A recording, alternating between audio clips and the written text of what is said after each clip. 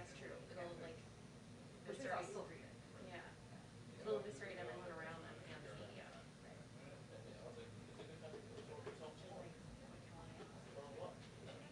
Yeah.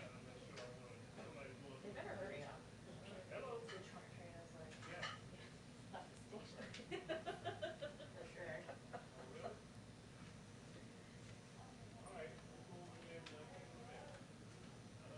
Although like stuff we did was only on 6. She did. She's sort of been on the outskirts with Melania. She went to Kansas in the last like few months of the administration.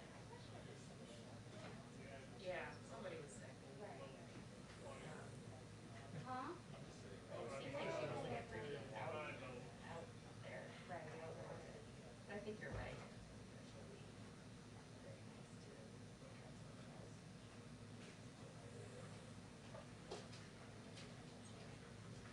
Hey Tracy? Yep. Yeah. Channel 1 should be line level, and channel 2 should be your wireless, which is right there. Channel 2 wireless. Channel 2 wireless, we'll check the freak right now. Is that your camera or somebody else's? It's house cam. Okay. I thought they were giving Eric a hard time because he was speaking Spanish. Yeah, one line. This is for national, so maybe that's what I was like, he's American. Like, come on. Anyway, thank you for rescuing him, whoever did. That's line. Okay. Geez, 2 days in a row. Well, this is channel 2 this year. Sure. Thanks. This is powered up. Okay.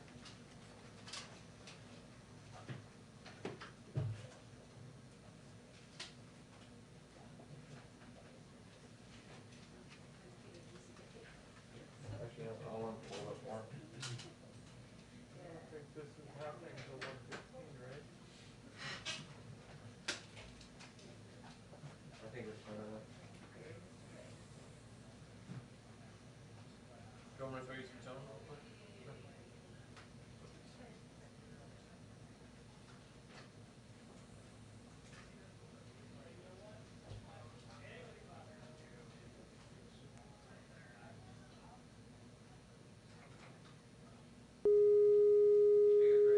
Thank you. Anyone can take it away. Close it. There you go.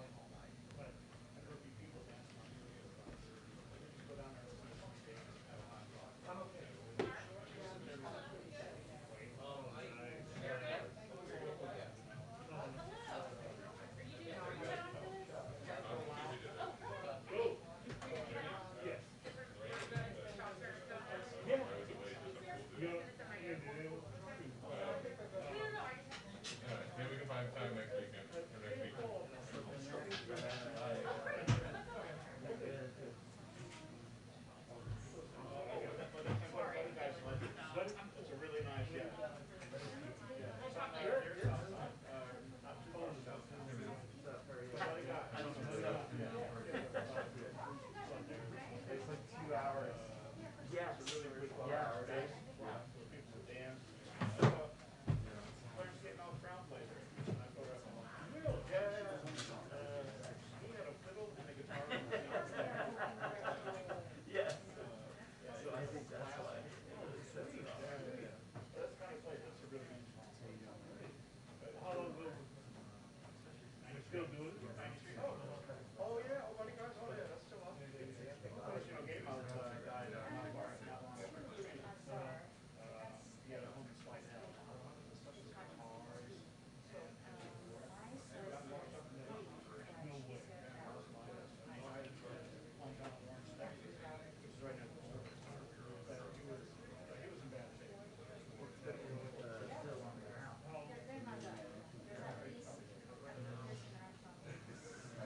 But he was probably like, I would say, he was maybe like 80s, right, maybe in the 70s. Yeah, it's a cool place though. Buddy guys left. Okay, yeah. Thank you, man. Yeah. Nice thing about you too. I saw the starts at 2. So you're gonna try to make that.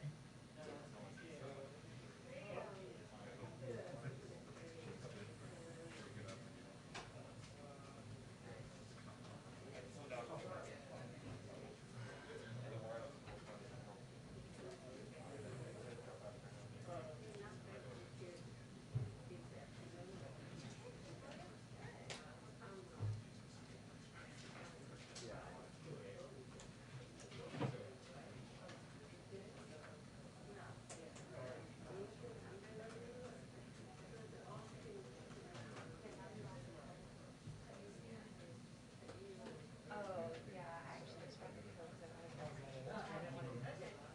But yes,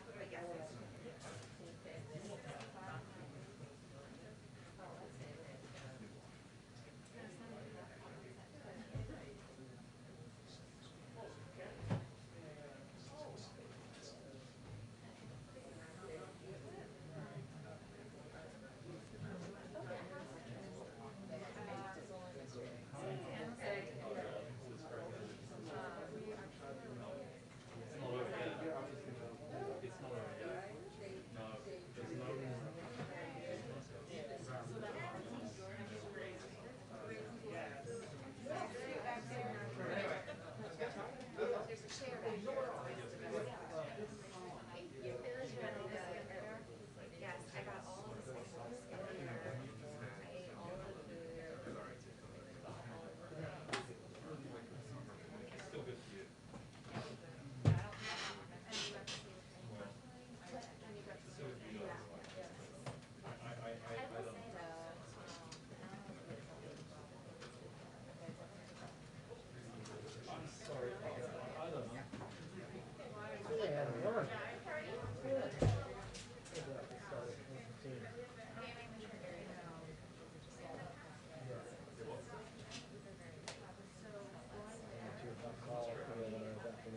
I'm going to everything. Tired thinking about this.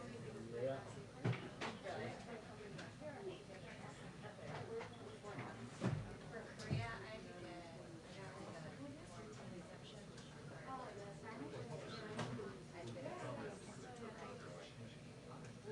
I did like, they watched you at the airport, had to download it and want to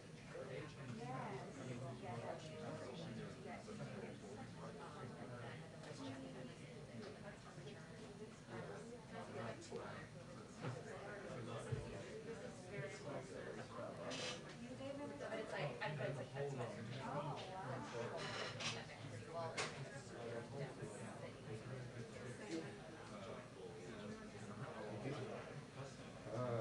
You're gonna get it again today.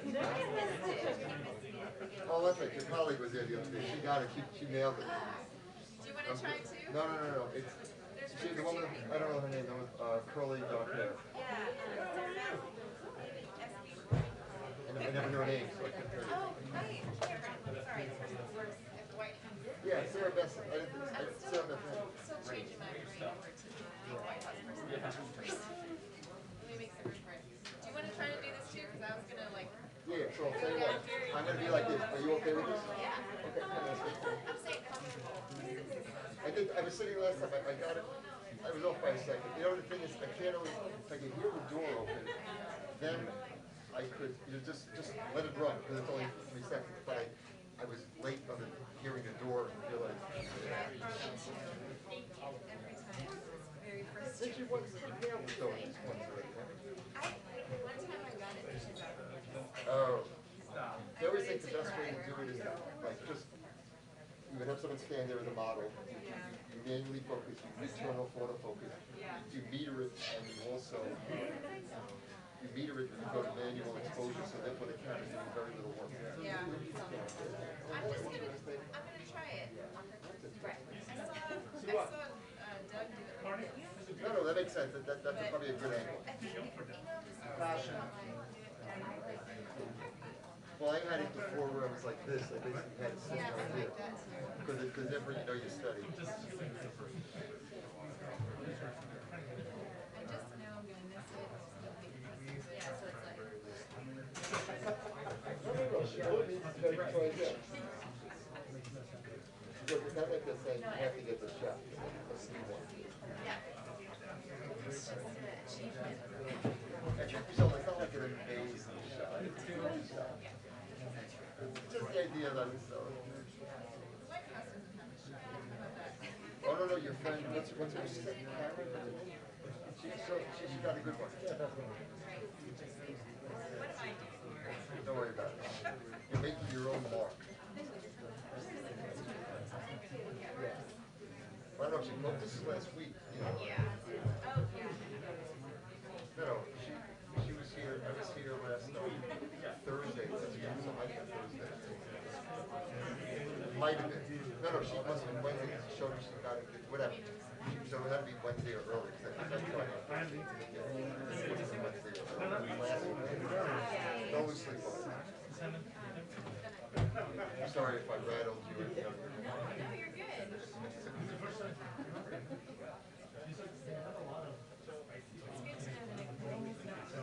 Yeah, right? We always want to make your own choice, but it's hard. When you got 10, this would be good photography. It's true. Shooting this 5 days a week sometimes. I mean, how much, you gotta really gotta come up with something, different. So amazing. I was like screaming. I always hope that you wear something different each month, so it looks different. It's not, because otherwise the shots are identical. I hope just wear something with blue that then back blends into the back. Not that I'm criticizing you, don't get that wrong. Huh? Oh yes, I've gotten the green at least once, not twice. Definitely got the green. So I was here for a few days, I saw her picture, she wore a white dress recently, which I haven't gotten. Oh wait, I did get a white dress once, but it was a different white dress. So it's on your to-do list, a white dress. That's my exciting life. Yeah, that's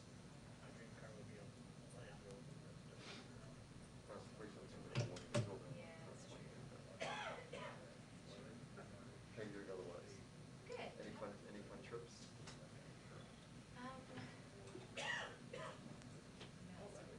Okay, sorry. No, I'm just thinking. I'm doing the 9/11 stuff. Oh, you're going to New York and they're going home from sites, I think, right? They are, yeah. Okay. I'm doing, I think I might just be. Okay. Well, there's a lot of good, I mean, visually I think New York is probably the best. I'm biased. I think there's all the stuff you have around it, all the buildings you have around there, all the various things, I think there's more options than Shanksville and, For sure. I think that's.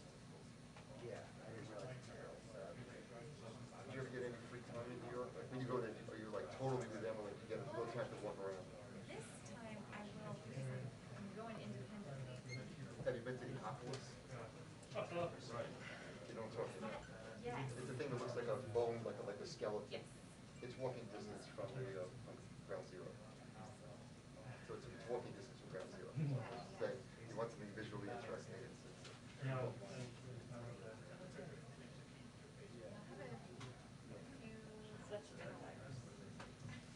Well, this is something you can do in an hour, but I'm just trying to find something. It's both inside and outside. You can do creative stuff. I do wondering.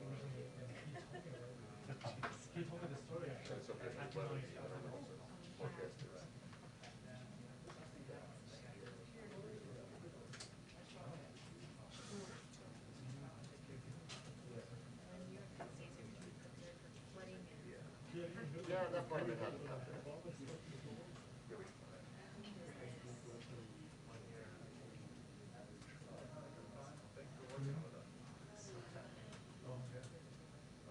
there's an option to go to the 9/11 museum, below ground, it's interesting. It's empty. It's part of the, right. Yeah, it's interesting. Yeah, yeah. Yeah, no, that's interesting. That's pretty cool.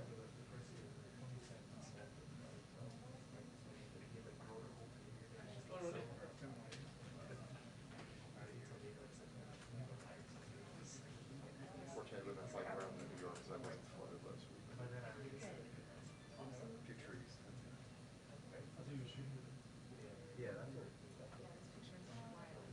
Yeah, no, I was trying to have 10 inches of water, and his neighbor had 7 feet. He said, well, I can't imagine that.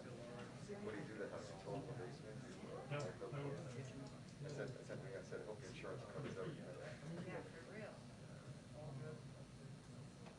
Well, if you ever would be cleaning out the basement, this just made it simple. There's nothing to salvage. You don't have to go through anything.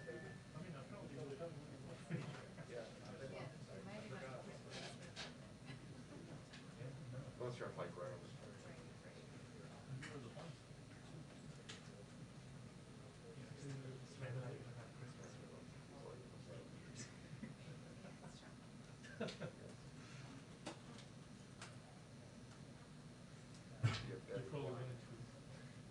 Predict the time for the next day or what you're doing next. Everybody puts a bucket in whoever's closest to that. I just kidding.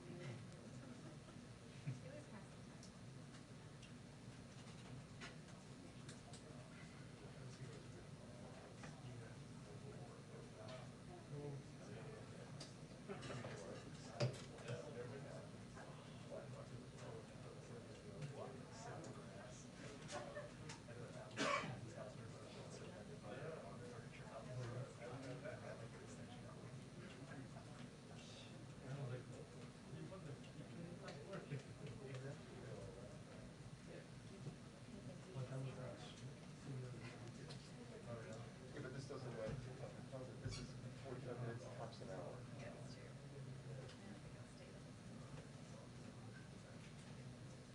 It's just the breathing. What happens is the other part is leaving, and there's more room, and I get, therefore, like, I crouch next to the people on the side, which it doesn't look like that, but this way, as opposed to that way. Yeah. I don't know yet my credentials for like 55, so I got plenty of time to edit comments.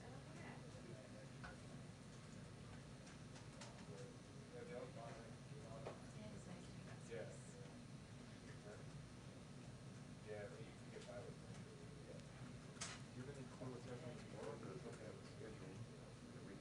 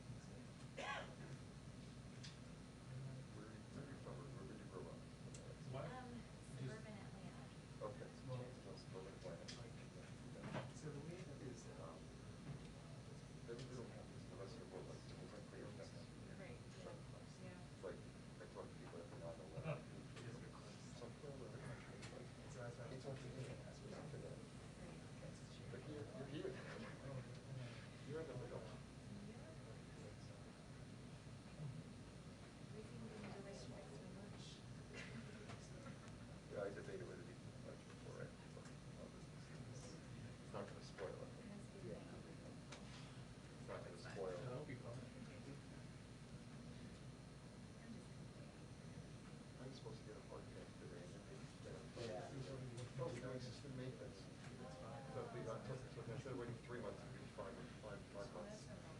Oh well, this means I have to stop one place.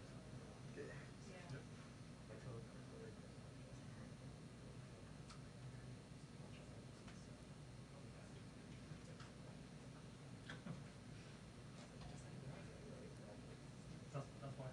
There's only one dose.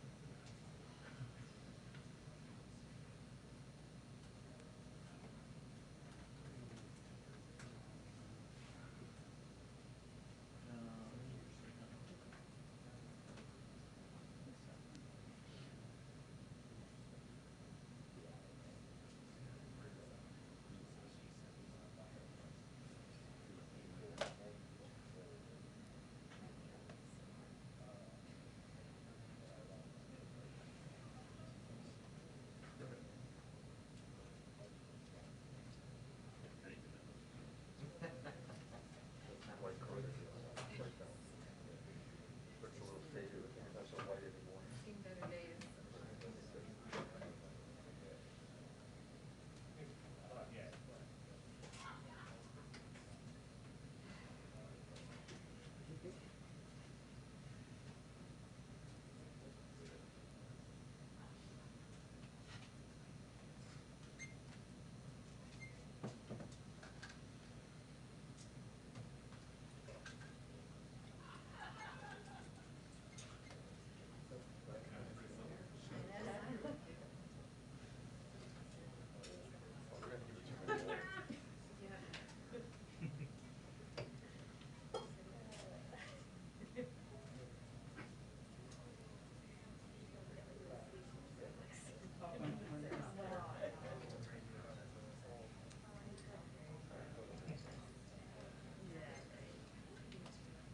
Well, they always, hopefully they won't forget to, I guess. Yes, Jason does. They do.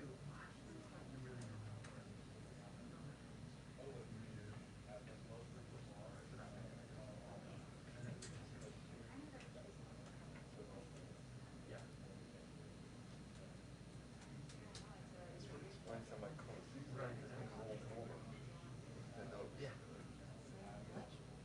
Yeah, that would explain some of the issue. Maybe. Yeah, I only noticed it just now.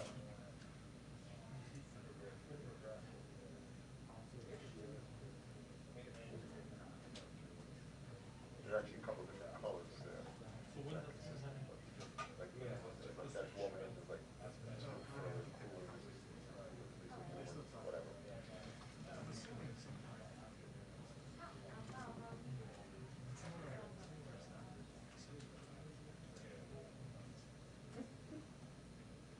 Yeah. I know you missed the first floor of the Capitol, that lovely, dark hallway. Green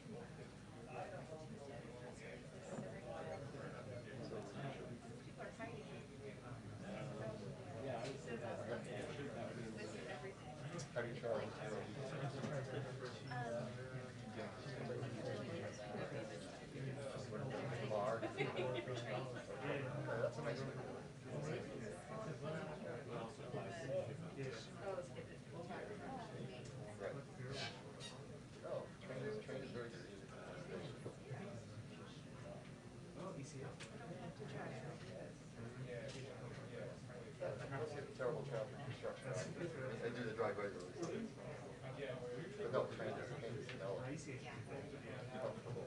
But I mean, like, oh, is that? Yeah.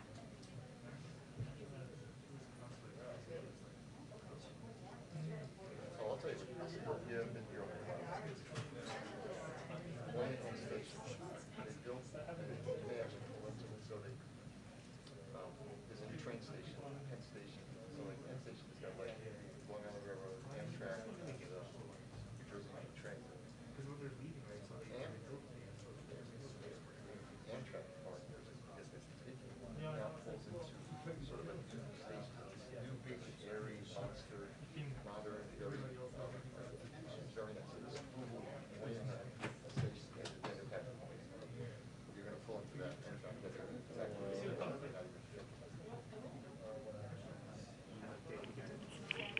We have the 2-minute warning on the briefing. 2-minute warning on the briefing. Thank you. anyway, Moynihan Station. So even if you pull into another part, you should just walk out now. Assuming there's something to see, and it's breathtaking. Peter, you want a mic? Oh, sorry. On the right side. Oh, thank you. All right, yeah. Thank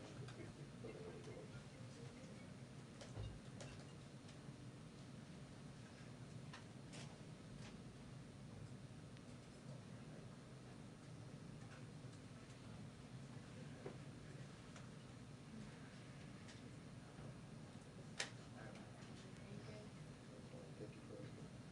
Yeah, Moynihan Station, that's right. It's like the new Penn Station. Thank you, Tracy.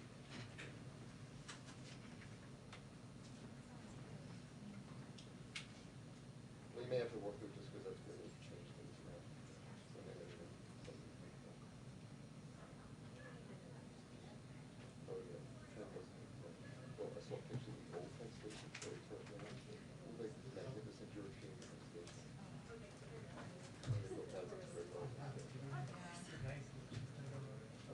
Moynihan is like this big, airy, almost European station. Although it's not modern.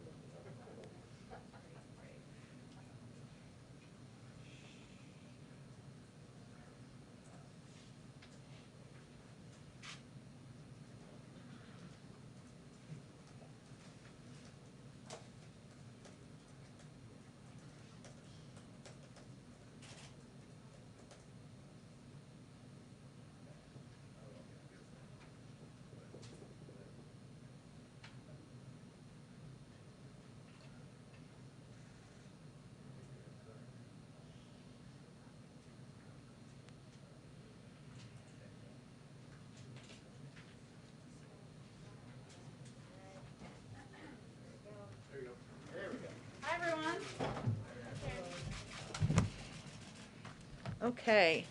I know it's a packed day, and we're going to work to try to get you out of here at about 10 after 2, given we're going to do a preview call for the speech that is happening later this evening. A couple of items for all of you. On Monday, President Biden will travel to Boise, Idaho, where he will visit the National Interagency Fire Center, and Sacramento, California, to survey wildfire damage. Long Beach, California, to participate in an event with Governor Gavin Newsom, starting on Monday, I should say. This is over 2 days. And Denver, Colorado, where he will participate in a Build Back Better event. The president will highlight how wildfire season is now a year-round event because of climate change, that no one is immune to climate change, and how 1 in 3 Americans have been impacted by severe weather events in recent months. About 100 million Americans. He will also speak about the economic impacts of extreme weather and the urgent need for key investments to fight climate change and in resilient infrastructure. Critical investments included in his Build Back Better agenda. In Colorado, the president will speak directly to the importance of the Build Back Better agenda and the impacts that would be felt throughout local communities in Colorado and across the country. The Build Back Better agenda will lead to more economic and job growth, more Americans participating in the labor force, and will level the playing field for working families. Also wanted to highlight this afternoon, the Vice President will meet in her ceremonial office with abortion and reproductive health providers and patients to discuss the impact of Texas Senate Bill 8 and other restrictions on reproductive care. The Vice President will emphasize that this issue is a critical priority for the administration, and she will thank the providers and activists who are fighting to protect reproductive choice in their states. Also wanted to note one more scheduling item for all of you. Tomorrow, the President, the First Lady, and the Secretary of Education will visit a local school in Washington, D.C. The President and First Lady will deliver remarks about how the administration is helping to keep students safe in classrooms and highlight some of the announcements the President is making later today on COVID. I do have one last item. Today, HHS Secretary Becerra released a comprehensive plan to lower drug prices for millions of Americans. Right now, Americans pay too much for prescription drugs, more than $1,500 per person, and far more than people in comparable nations. Lack of competition is a key factor. That's why President Biden's executive order on promoting competition requested that HHS develop a plan to address these high drug costs. This report is guided by the administration's principles for equitable drug pricing, reform through improved competition, price negotiation, and innovation. Our healthcare experts make the case that the number one thing we can do to help Americans pay less for critical medications is to pass legislation. That includes allowing Medicare to negotiate prices, enacting Medicare Part D reform, and speeding the entry of generic drugs that will compete with expensive brand-named drugs. And Secretary Becerra will present the report at the inaugural meeting of the White House Competition Council tomorrow. I know we've also sent a slew of statements into your inboxes, which all of you should have seen. One was from Emily Horn on the arrival of a Qatar Airways charter. A second one was on David Chipman. I just wanted to highlight those in case you haven't seen them yet, and we had a UI one this morning. But Zeke, go ahead. Thanks, Jen. On that statement from Emily regarding the charter flight today, how many Americans were on that flight and how many permanent residents? And then what's the updated assessment of how many Americans are still in Afghanistan? Well, as we noted in the statement, the plane just landed, and what we want to do is check all of the manifests on the ground and ensure we have the accurate number for all of you. We'll have that number out from the State Department shortly this afternoon. And then, her statement says that the Taliban was cooperative in facilitating the departure of American citizens and lawful permanent residents. It doesn't say that about SIV applicants and others who have assisted the United States. Should we read in that the Taliban has not been cooperative And in getting those Afghans who work for us. So that would be applicable there. So they've been cooperative in getting Afghans who work for the United States out of the country. They've been cooperative. That's what the statement conveys, yes. And then on a different topic, the President's speech this afternoon, the President's going to sign an executive order. Has he signed yet the executive order on for mandating vaccination for the federal workforce? I would have to check on that, Zeke. That is the one piece of news that has been fully confirmed out there, which I can give a little bit more detail on, and I can check whether he had signed it this morning or whether he's planning to sign it after the speech. Exceptions for people who have religious objections or medical reasons not to get the vaccine? Yes, there will be limited exceptions for legally recognized reasons, such as disability or religious objections. I know you have all seen the reporting on this, but let me just give you a few top lines of it. So how this will work is the task force, the interagency task force, will provide a ramp-up period, and we expect federal employees will have about 75 days to be fully vaccinated. That gives people more than enough time, in our view, to start and complete their vaccination series. If a federal worker fails to comply, they will go through the standard HR process, which includes counseling and face disciplinary action, face progressive disciplinary action. Each agency is going to work with employees to make sure they understand the benefits of vaccination and how the vaccines are free, easy, and widely accessible. But it will start to be applied once the executive order is signed. And any other previews you can give of what the President will announce this afternoon? Well, you'll have a preview call in just about 30 minutes, but let me just give you kind of some top lines here. I know we put out to all of you kind of the six prongs of what he will be announcing this afternoon. The overarching objective here is for the President to lay out the next steps, to build on the steps we've taken since he took office, and a number of steps we announced over the summer. And the federal mandate for workers is an example of that. We obviously had done that with a series of agencies, the VA, DOD, NIH. We'd announced steps on attestation. This is the next step in that process. But our overarching objective here is to reduce the number of unvaccinated Americans. There are, of course, 80 million unvaccinated Americans at this point in time. We want to reduce that number, decrease hospitalizations and deaths, and allow our children to go to school safely, and of course keep our economy strong. So what you'll hear him lay out is a series of additional requirements. Some of them have been out there. Additional ways he's going to expand access to testing, which is a key way that we can ensure we reduce the spread of COVID, and ways that we're going to work with states and communities to implement these proposals. Go ahead. Thanks, Jen. The original mandate for federal workers that included an option for testing, regular testing, just went into effect a little over a month ago. So why are you making this change so soon after that? What changed between then and now? Well, we've seen over the past couple of months not only the threat of Delta, but the importance of taking additional bold and ambitious steps to get more people vaccinated. And obviously, the federal workforce is one of the largest in the country, and we would like to be a model to what we think other businesses and organizations should do around the country. So was it an increase? I'm just trying to understand because the Delta when we announced our steps a couple of months ago, we said at the time that this would be the first of a series of steps. So this is the next in that series of steps. And do you have any numbers to illustrate how many federal workers have not been vaccinated yet, or how many have? Well, that's been the attestation process that's been happening agency to agency. They really keep track of those numbers. Obviously, our objective is to get to close to 100%. There will be exemptions, as Zeke, of course, asked about, and as we have numbers to provide, we'll provide them to all of you. Just one more. Is there any reason why you're not requiring proof of vaccination and just allowing attestation, someone to, verbally say, for example, that they got vaccinated? Well, each agency will do it differently. Some agencies will have standards, do have standards already of proof of vaccination, but different agencies will do it differently. Go ahead. Thanks, Jen. The president said in July we were closer than ever to declaring independence from COVID-19. We heard from Dr. Fauci. He said the U.S. doesn't have modestly good control over the virus. Was the president overconfident in July? Well, I think what we've said from the beginning here, and you all have covered, is that this is an evolving virus, a smart virus that has produced additional variants that have been incredibly, that can spread very quickly, like the Delta variant. But there are other variants, of course. When we announced the mask mandate, for example, in May, only 1% of cases were the Delta variant. So obviously, information, data evolves, and the steps we need to take to address, to get the virus under control, to help people return to normal, has to evolve as well. But did that give Americans a false sense? I mean, the title of the speech was Celebrating Independence Day and Independence from COVID-19. The president said we gained the upper hand against the virus in July. Was that premature? Well, the reason we're here is because people have not gotten vaccinated, 80 million of them.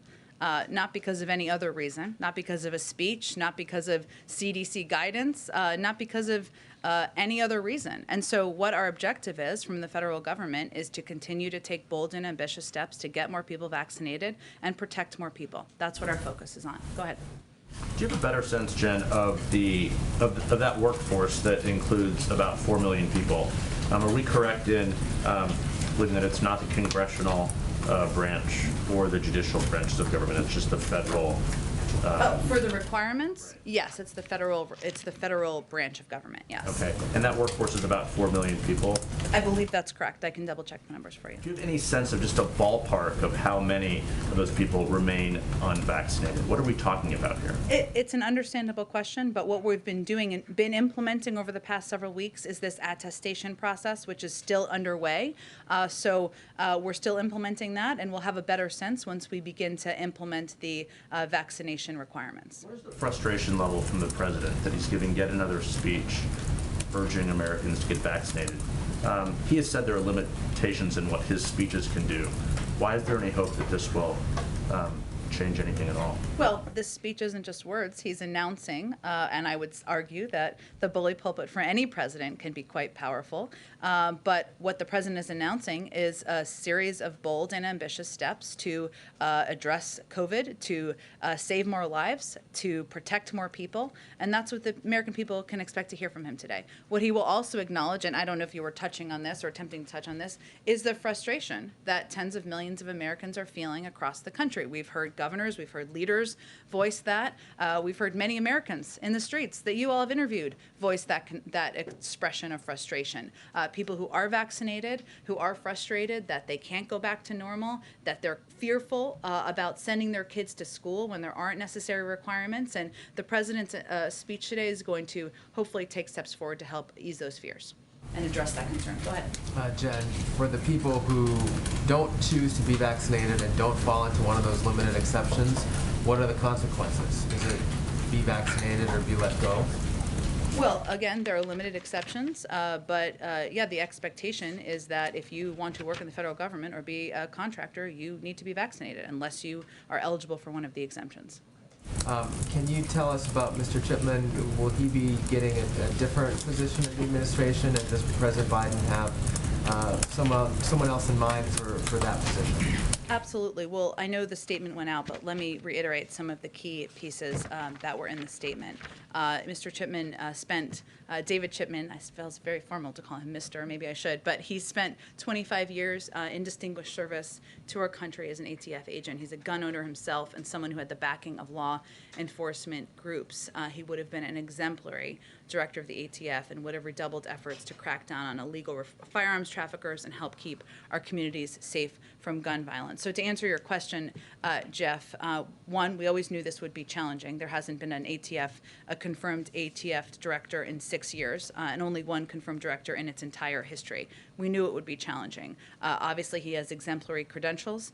He's someone the president has a great deal of respect for, and we're in active discussions with him about what role might be of interest to him in the federal government. Just lastly, Jen, can you walk us through quickly what President Biden is doing on September 11th? Sure. I know we've done an announcement or put out an advisory on that, but let me give you some highlights. He will be traveling to New York, where he will be attending an event there commemorating 9/11, the lives that were lost, the heroes who saved lives as well. There will be a number of other former presidents in attendance. I know they have announced the details of that as well. Then he will be traveling to Pennsylvania, where he will be laying a wreath to remember and commemorate the families who lost loved ones on the flight on that day, on Flight 93. And then he will be traveling to the Defense Department, where he will also lay a wreath to commemorate lives lost that day. The president felt it was important to, especially on the 20th anniversary, to remember to visit all three places that have significant meaning to many Americans, especially in those communities, and to the family members of people who lost their lives, families who are still mourning loved ones. Go ahead. Thank you, Jen. First on COVID origins. You've said from that podium that under no circumstance would President Biden ever fire Dr. Fauci. Is that still the case, since Fauci told Congress the NIH never funded gain-of-function research for coronaviruses in Wuhan, but documents published by The Intercept suggest that is not true, which would mean that he misled Congress? Well, first I would say that NIH has refuted that reporting, and I would point you to that. But let me give you some highlights of that. NIH has never approved any research that would make a coronavirus more dangerous to humans. I'm reminded that there are previous and different coronaviruses than the existing one we're battling. And the body of science produced by this research demonstrates that the bat coronavirus sequences published from that work NIH supported were not COVID, the strain, COVID-2 strain. So what he said was correct. So his job is safe. Correct. Okay, moving on. Can you explain a little bit more about why the White House in a statement is calling the Taliban businesslike and professional? Well, I would note that in that statement, what we were announcing was the fact that a Qatari Airlines flight successfully landed in Qatar with American citizens, legal permanent residents, and Afghans on board who joined us in our fight over the last several years. We wanted to note that the Taliban was cooperative in facilitating the departure of these American citizens and legal permanent residents from HKIA. We promised we would get American citizens out. We promised we would get legal permanent residents out. We promised we would get our Afghan partners out. And we promised we'd press the Taliban to get them out. And that's exactly what we did. But you're saying the Taliban is businesslike and professional. Their interior minister has an FBI wanted poster. He's got a $10 million bounty on his head. What's the business? We are here to celebrate the return of American citizens who wanted to leave Afghanistan, of legal permanent residents, of Afghans who fought by our side, to Qatar successfully on a Qatari Airlines flight. And in order to get those people out, we had to work with some members of the Taliban to press them and to work in a business-like manner to get them out. That is what we were stating in the statement. And in that statement it says this is a positive first step. Towards what?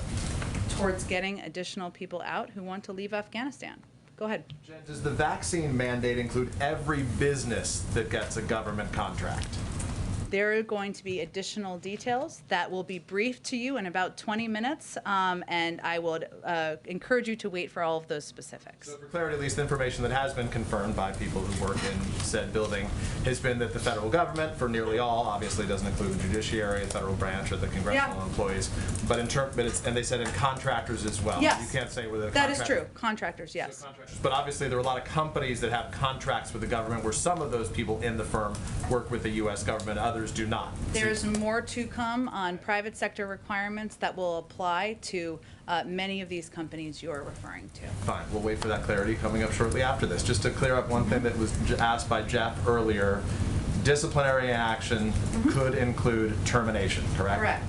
Hopefully it doesn't come to that. Our role is, of course, to convey to federal employees the safety, the effectiveness, the availability of vaccines which are readily available across the country. And is fully vaccinated for those employees and contractors 2 shots or 3 shots? Well, at this point, I think we're working towards 2 shots. I'll check on that for you. Obviously, the boosters are not yet available, so in terms of the implementation, we're working at the stage right now. As the White House knows well, the president's poll numbers have dropped according to polls from a variety of different outlets right now. Do you acknowledge that the public now has some doubts about the president's handling of the virus, and is today's announcement in some ways an effort to try to right that? This is not a political speech, and it's certainly not about poll numbers. What we can acknowledge, and you've seen in a lot of these polls, is that the number 1 issue, number 2 issue, number 3 issue for many Americans is COVID and what we're doing. And we have done a lot of work over the last couple of months, even as we've had conversations and talked about a range of other issues, whether it's Afghanistan or Build Back Better or other issues in this room and in many forms of media we engage with. So it's an acknowledgement of that. I'll also note that in all of these polls, support for the president's handling of coronavirus continues to be the majority of the American public, and that hasn't changed. Go ahead. The American Federation of Government Employees says it encourages its members to get vaccinated, but suggests that this should be a mandatory subject of bargaining with the federal government. Why did the White House decide to move forward without consulting with that large public employee union? Well, we have a range of consultations with labor unions, including that one, and that has been the case for several weeks and months as we have worked to implement additional steps. But look, our objective here is to continue to save lives, continue to protect more people from coronavirus, and continue to stop the spread of coronavirus across the country. We understand there will be objections, there will be concerns, there will be criticisms, but our role here is to save lives, and we welcome feedback and engagement, but we're going to stay true to our goal. Can I ask you about the exemption on religious objections? Will there be any kind of scrutiny apply? To what extent will a religious objection be questioned, if at all, by the federal government? I'm sure there'll be requirements as to what, how somebody would convey what their request for an exemption would be, and I'm sure we can get you some more specifics on that. Go ahead. Jen, could we get any details on the lawsuit the administration is planning to file against Texas over the abortion law there? When is that coming? What grounds are you suing? I understand the interest. I know it's been reported on overnight, and I would note that just a couple of days ago, the president asked, the Justice Department asked the Department of Health and Human Services to urgently take any steps, to look into what steps they have the authority to take to protect women's access to health care. So we'll let the Department of Justice announce any steps that they might take.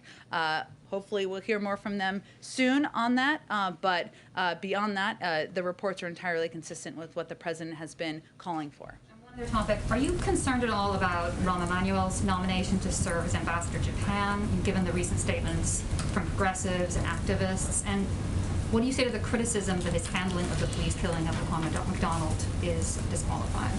Well, the reason the president nominated Rahm Emanuel to serve as ambassador to Japan is that he has a record of extensive experience as a public servant, as somebody who was elected in Congress, and he thinks he would be somebody who would represent the U.S. interests in Japan.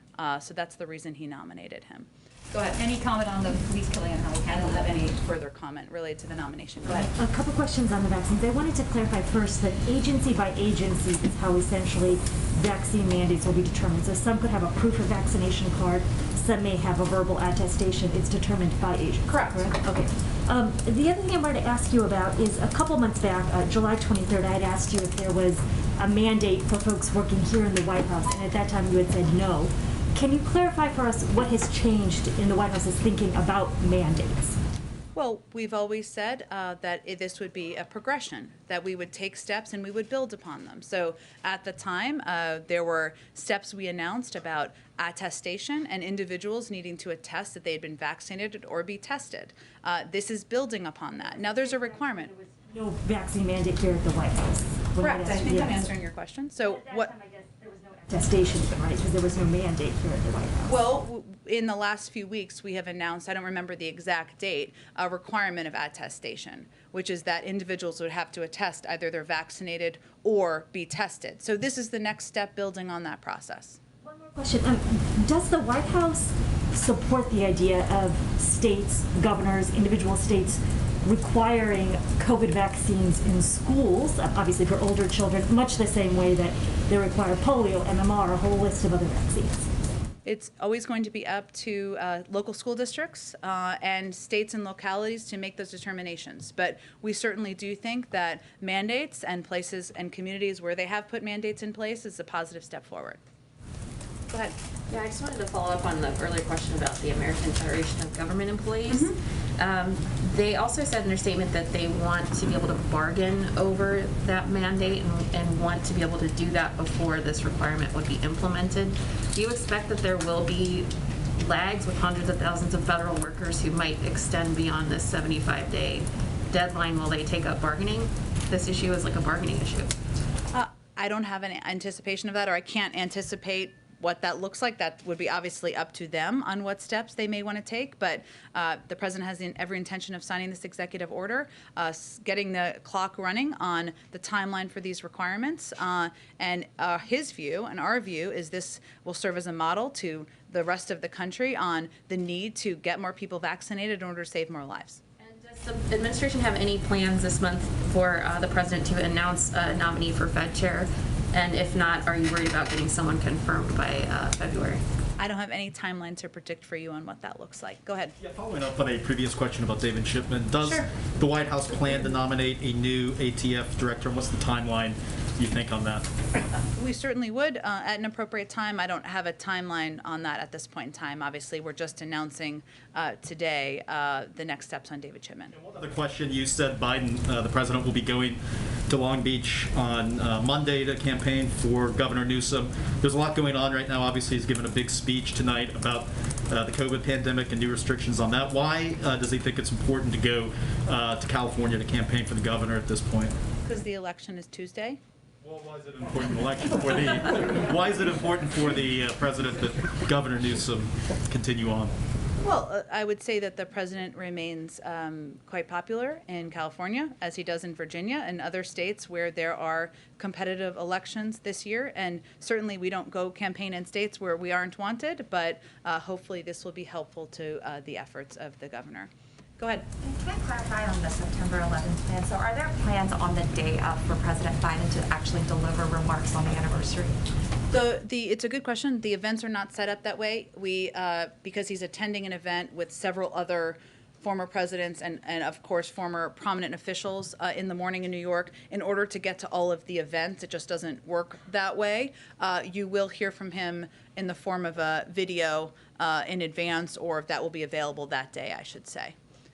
Go ahead. Hi, Jen. The administration has asked states and local governments to use federal funds to extend unemployment benefits, stave off evictions, even implement COVID testing in schools, yet little to no states have done so. So is this a question of accountability, or is the administration doing enough to convince states who may necessarily not agree with your policies to work together?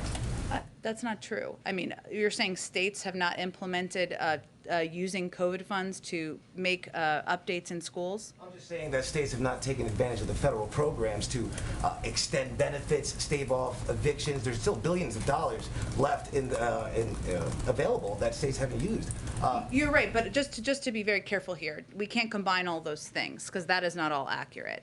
We have said a number of times from here that it is imperative that states take advantage of the funding that is available to stave off evictions. Absolutely. absolutely. And they have the funding needed to implement a version of a federal eviction program, even as the Supreme Court ruled as they have, and even as there are not enough votes in Congress. That is absolutely true. And we have taken a number of steps in the federal government, reducing red tape, changing their requirements to make it easier for people who are trying to stay in their homes to provide documentation that's a little, requires a little bit less red tape. We've been in touch with governors, with leaders, pressing them to get this money out to landlords and to tenants. We've seen some success in certain states and certain communities who have benefited from a reduction of the red tape and benefited from our engagement, and we're going to continue to press forward on that in the days ahead. I would say that the money from the American Rescue Plan as it relates to schools and testing, that has been used in school districts around the country. Benefits that have helped keep police and firefighters, state and local funding has been used in states across the country. Every state is different, but I would say that funding has been applied, and we'll continue to work to states to get it out. And also the Capitol fence, that's going up again ahead of the planned rally for the jailed insurrectionists. Obviously, it's only been down for 2 months that we haven't seen that fence up. It's going back now. Is the White House prepared, and should Americans expect this fence to go up every time there's a new First Amendment demonstration? Well, I would say first that the leaders on Capitol Hill, they take steps to ensure that their members are safe. And obviously the events on January 6th, a terrible day in our democracy, are still fresh in their minds. So of course they're going to take those steps. They rely on their own safety and security guidance, and we certainly defer to them on that step. Go ahead. Yeah, Jen, to use your word, how bold is the president willing to be as far as the private sector is concerned in the vaccine mandate area, even if they don't have federal contracts? Can the Department of Labor or anybody else compel major employers, the large employers, to force the vaccine mandates on their employees? Yes. Stay tuned. More to come this afternoon. Go ahead. The Qatari envoy Al-Qatani said that there may be another flight coming out tomorrow from the Kabul airport. Can you confirm this? Well, Patsy, one thing to note, and this was in the statement we put out through Emily, and I understand the interest in this, is that we're not, as a policy, going to confirm flights in advance. We're going to wait until these flights are safely on the ground, and then when they are, we'll provide updates. So I can't give a prediction to you, but I can promise you that as we have information that is safe to confirm, where people are on the ground, we'll confirm moving forward. And then one more on former President Ghani. He has, again yesterday, denied allegations of corruptions of the hundreds of millions of dollars that U.S. taxpayers' money has given to the Afghan people. And he said that he welcomed an official audit or financial investigation under UN auspices. Does the administration have a position on what should be done in regards to President Ghani and allegations of corruption? We defer to the UN on that. I don't have any further comment from here. Go ahead. Thank you, Jen. This morning you noted that the current count is that there's about 100 Americans in Afghanistan. My colleague Susan Crabtree is hearing from sources with direct knowledge who say that it's about 143 U.S. citizens and then also permanent legal residents there at the airport. Did the number that you were referring to this morning on Morning Joe, did that include permanent legal residents? Does the administration have a count of how many might be there? And then I guess how hopeful are you that a lot of these folks are clustered there at the airport and can get out? We do have counts, and the State Department is the best source to give accurate information about all of these numbers, and of course we account for legal permanent residents as well.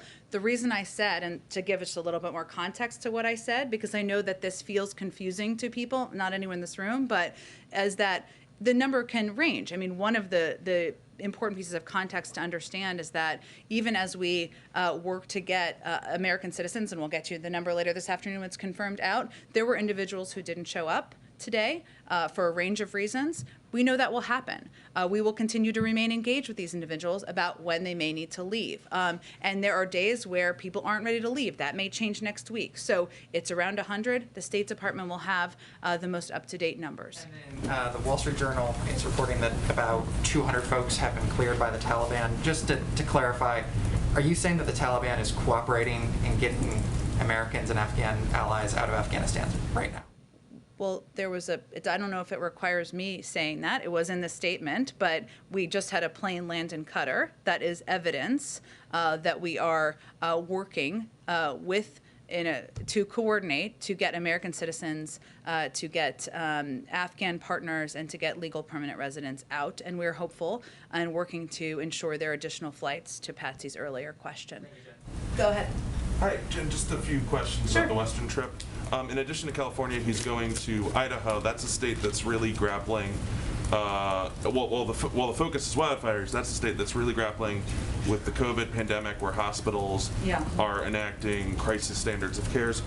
What was the president's reaction to the situation in Idaho with COVID, and is he going to address that during the trip?